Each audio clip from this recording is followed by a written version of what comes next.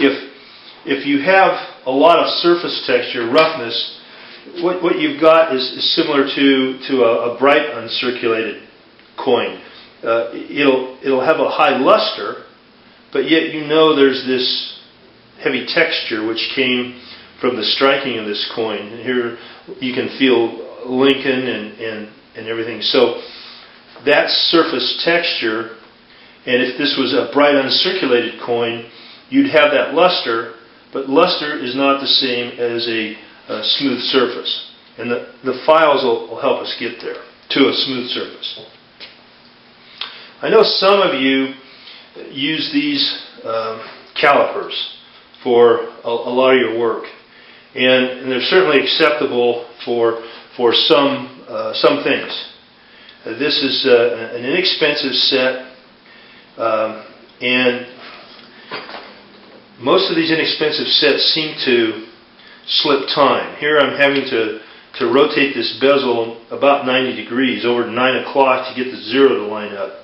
And of course, what that tells me is if it slipped that one time, it's liable to slip again. There's also the resolution that's lacking in this.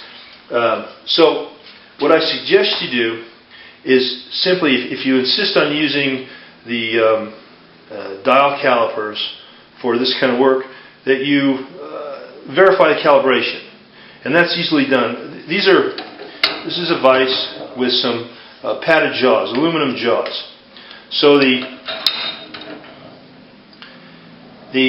caliper is placed in here carefully. You want to make sure everything's parallel. And just gently snug it down. We've got aluminum. And then you take and just get it into adjustment like that. And if it still zeros, feel free to go ahead and use this caliper for your work here. Or you can use some outside micrometers, which I prefer. This is a Mitutoyo 0 to 1, and here you can see that in the back, this is the front of the caliper, the front of the micrometer. On the back of the micrometer, the barrel is etched with a vernier scale from 0 to 1, 0 to 0, and this will measure to the 10,000ths of an inch, which comes in very handy for the work that we're going to do here.